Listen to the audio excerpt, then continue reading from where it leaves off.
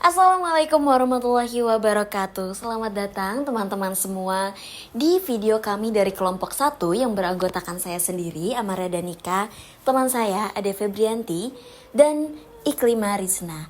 Oke, kali ini kita akan membahas mengenai karakteristik sistem dan pemikiran ekonomi Islam serta perbandingannya dengan ekonomi konvensional. Oke, selanjutnya kita lanjut ke karakteristik sistem ekonomi Islam. Apa aja sih karakteristik sistem ekonomi Islam? Yang pertama yaitu ada ekonomi ilahiyah. Ekonomi ilahiyah adalah semua kegiatan ekonomi yang dilakukan semata-mata sebagai bentuk penghambaan diri manusia kepada Allah Subhanahu wa Ta'ala. Nah, implikasinya tuh dapat terlihat dalam semua kegiatan ekonomi meliputi produksi, konsumsi, dan distribusi yang dijalankan sesuai dengan tuntunan Allah Subhanahu wa Ta'ala yang telah termuat dalam Al-Quran dan Sunnah. Selanjutnya ada ekonomi pertengahan atau ekonomi yang seimbang. Nah, ekonomi Islam tuh memadukan kepentingan pribadi dan kemaslahatan masyarakat dalam bentuk yang berimbang. Ekonomi Islam itu berposisi di antara aliran individu atau kapitalis yang melihat bahwa hak kepemilikan individu bersifat absolut dan tidak boleh diintervensi oleh siapapun, dan aliran sosialis yang menyatakan ketiadaan hak individu dan mengubahnya ke dalam kepemilikan bersama yang menempatkan di bawah dominasi negara. Sedangkan ekonomi Islam ini menghargai kepemilikan individu tetapi juga mengakui hak milik umum, misalnya sumber daya alam yang dikelola untuk kepentingan masyarakat. Selanjutnya adalah ekonomi berkecukupan atau ekonomi berkeadilan. Secara garis besar, ekonomi berkeadilan adalah semua aktivitas ekonomi yang dilakukan oleh manusia berada pada batas keseimbangan. Artinya pelaku ekonomi diharapkan tidak berada pada posisi memperkaya diri sendiri secara terus-menerus pada materi dengan kemampuannya, tetapi pelaku ekonomi juga dianjurkan untuk bersikap adil pada dirinya sendiri, untuk membagikan persentase untuk pemenuhan kebutuhan, dan juga adil kepada orang lain. Kemudian yang terakhir yaitu ekonomi pertumbuhan. Nah, ekonomi Islam ini memiliki kelebihan dari sistem lain, yaitu beroperasi atas dasar pertumbuhan dan investasi harta secara legal, agar tidak berhenti dari rotasinya dalam kehidupan sebagai bagian dari kebutuhan pokok bagi manusia.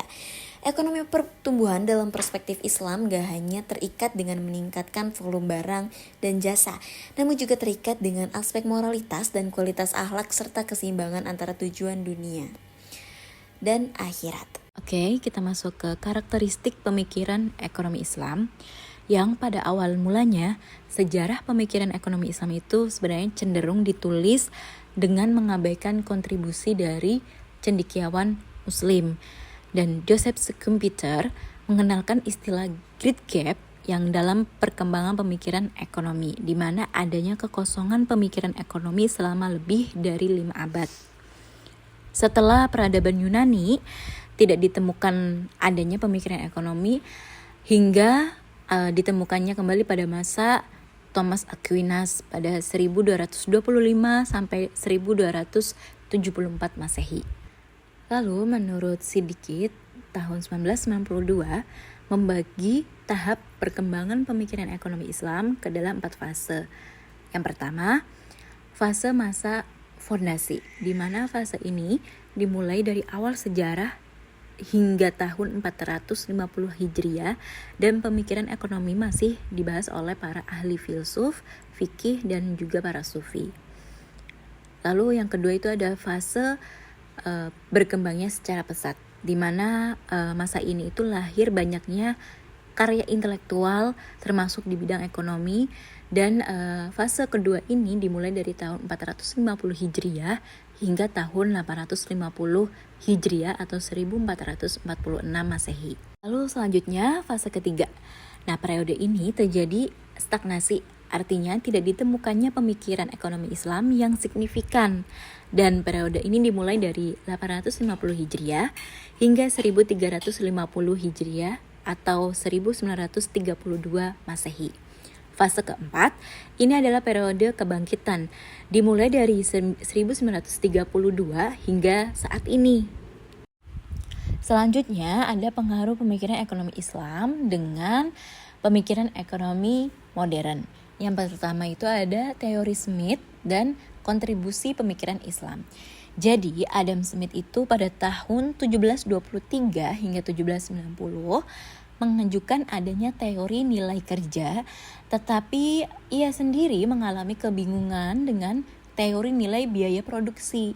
Sedangkan para sarjana muslim telah mengenali konsep utilitas marginal secara implisit sejak abad ke-2 atau 9. Misalnya Ibnu Abdul Al-Salam yang mengutip dari Imam Asy-Syafi'i yang menunjukkan bahwa nilai uang bagi orang miskin itu lebih besar dibandingkan dengan bagi orang kaya. Lalu pemikiran serupa juga disampaikan oleh Al-Juwani dan Al-Syaibani.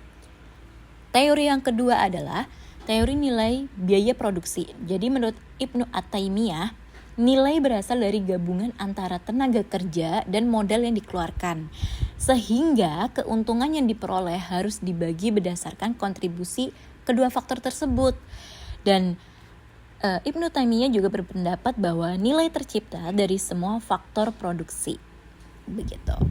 Dan teori yang ketiga itu ada teori nilai tenaga kerja. Nah, menurut Ibnu Khaldun, nilai suatu produk itu ditentukan oleh jumlah usaha atau jumlah besar usaha yang kita keluarkan atau kerja yang dilakukan untuk menghasilkan produk itu sendiri.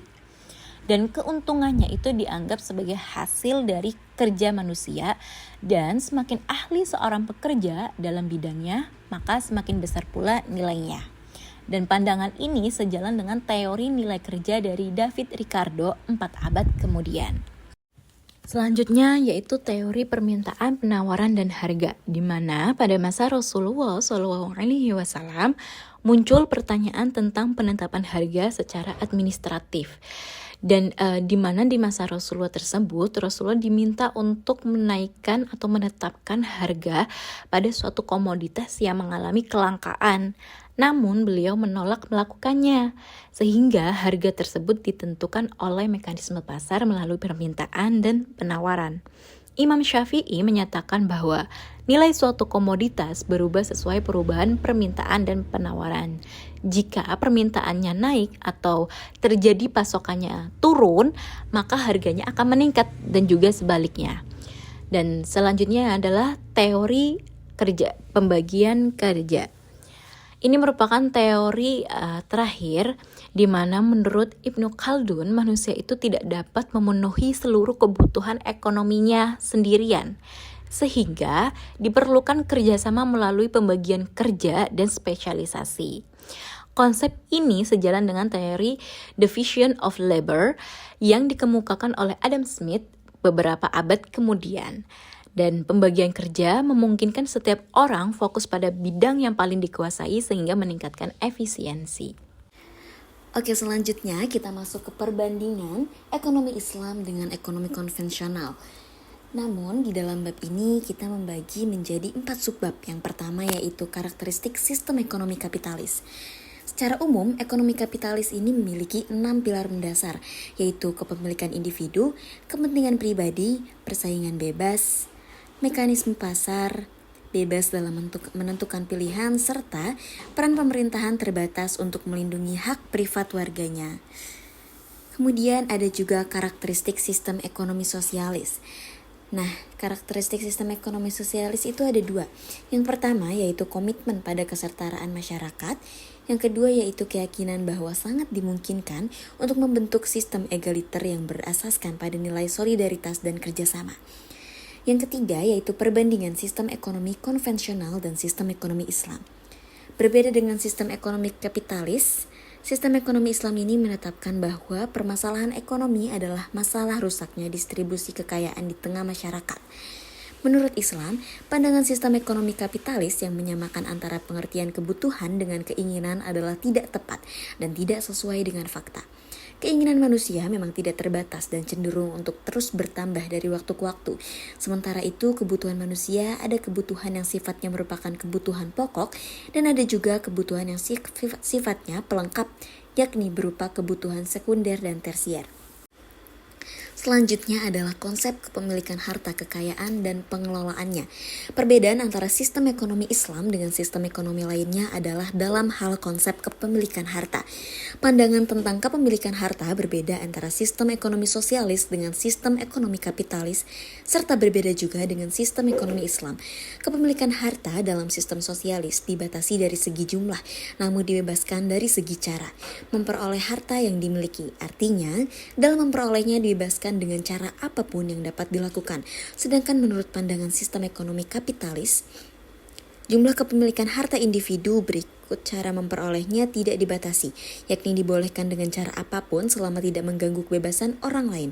Sedangkan menurut sistem ekonomi Islam, kepemilikan harta dari segi jumlah tidak dibatasi, namun dibatasi dengan cara-cara tertentu dalam memperoleh harta, artinya ada aturan halal dan haram.